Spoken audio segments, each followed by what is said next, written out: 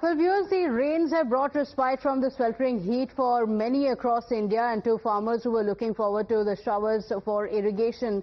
And in Varanasi and Prayagraj, though, the continuous downpour has taken an unwelcome turn. Water levels in Ganga have breached the danger mark, turning roads into river streams. Times Now brings you a report from the heart of the inundated Varanasi.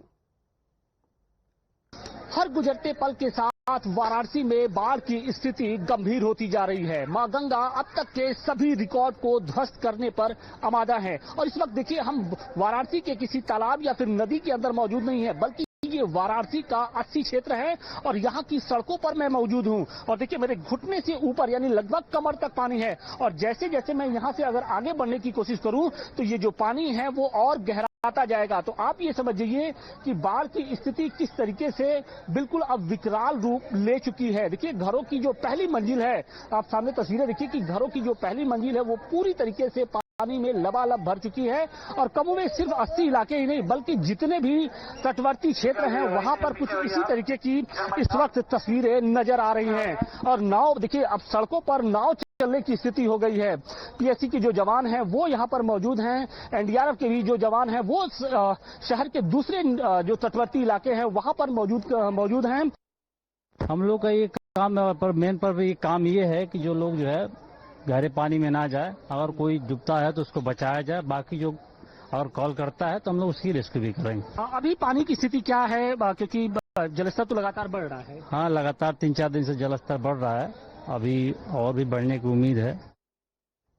So water levels have swollen and this aerial shot shows you the extent of damages that have been caused, roads turning into rivers completely. In fact, over in Prayagraj as well, the twin rivers are roaring. Remember, only a few months ago, devotees from across India had gathered to mark the Mahakumbh. Now, the incessant rains have forced the ghats completely shut. Boating activities have also been suspended completely, and the people who flocked the city for coaching classes have also shared their plight as traffic comes to an absolute standstill. Ganga और यमुना दोनों ही नदियां उफान पर हैं और दोनों ही नदियों का जलस्तर लगातार बढ़ता जा रहा है। अगर हम जलस्तर की बात करें तो डेंजर लेवल जो है 84.734 मीटर जो है वो भी पार कर चुका है। और इस वक्त हमारी मौजूदगी है प्रयागराज के चलेरी कैलाशपुरी कॉलोनी में। हम इस वक्त सड़कों पे खड़े हैं और कमर तक पानी है।